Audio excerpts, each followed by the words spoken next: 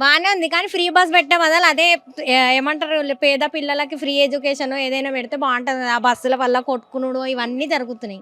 ఎందుకు కొట్టుకుంటలేరు? అసలు free bus వచ్చినప్పటి నుంచి లేడీసే కేటాయిస్తారు సీట్లు, కానీ మొగోళ్ళకే ఇస్తలేరు. ఎవరైనా వాళ్ళు కూడా కష్టపడే కదా వస్తారు, డ్యూటీలు చేసి అవి ఇవి చేసి.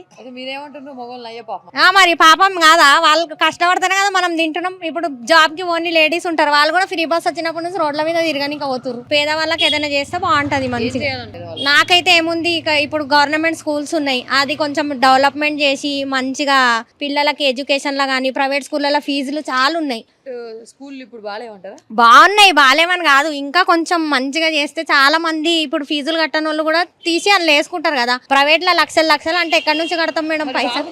ప్రైవేట్ స్కూల్లో ఎందుకు చదివిస్తా ఉన్నారు? ప్రైవేట్ స్కూల్లో అంటే అప్పుడు వేసిర్రు ఫస్ట్ లా, అప్పుడు కొంచెం తక్కువ ఉండే, ఇప్పుడు అన్ని పెరిగినాయని ఫీజులు కూడా పెంచుతుర్రు. మరి అట్లా పెంచినప్పుడు ఎట్లా మేడం? చాలా మంది ఇప్పుడు పూర్ పీపుల్స్ కూడా ఉంటారు, ఏంటంటే నా పిల్లగాడు గవర్నమెంట్ లో కాకుండా ప్రైవేట్ లో చదువుకుంటే ఆయనకి మంచి జాబ్ వస్తుందన్న ఆలోచన ఉంటది పేరెంట్స్ కి. 6 పథకాల్లో ఎన్ని పథకాలు మీకు వచ్చాయి? నాకు ఫ్రీ గ్యాస్ వచ్చింది, రేషన్ కార్డ్ వచ్చింది, ఫ్రీ బస్, 500 గ్యాస్, 500 గ్యాస్, 2500 అయితే రాలే, ఇల్లు అయితే రాలే. మాకు ఉంది ఒకటే రూమ్, మేము 7 మెంబర్స్ మొత్తం ఉండేది, అయినా అలా చదువుకోపోతున్నాం, అది కూడా వస్తుందేమో అని. అన్ని మంచిగా ఉన్నాయి చేసినాయి, కానీ ఏంటంటే పిల్లల కోసం ఈ పెద్దలకు చేసి ఇవన్నీ కొట్టుకుంటారు, అదే పిల్లలకు చేస్తే మంచిగా ఉంటది కదా మేడం, అది ఒక్కటి నా కోరిక మాత్రం. ఇంతకు ముందు ప్రభుత్వంలో కేసీఆర్ ఉన్నప్పుడు ఎలా ఉంది, ఇప్పుడు ఎలా ఉంది? రెండింటికి తేడా ఏంటి? అప్పుడు కూడా బానే ఉంది, ఇప్పుడు ఇవన్నీ స్కీమ్స్ అవన్నీ పెట్టినందుకు కొంచెం అదైతుర్రు. ఈ ఫ్రీ బస్ ఒక దాని వల్లనే చాలా ప్రమాదాలు అవి ఇవి అవుతున్నాయి, కొట్టుకుంటురు, డ్రైవర్లను కొట్టుడు, కండక్టర్లను కొట్టుడు. మిడ్ డే మీల్స్ ప్రోగ్రామ్ లాగా స్కూళ్ళల్లో పిల్లలకి ఇంకా బెంచెస్ అవన్నీ మంచిగా డెవలప్ చేసి క్లాస్ రూమ్స్ లో మాడిఫై చేస్తే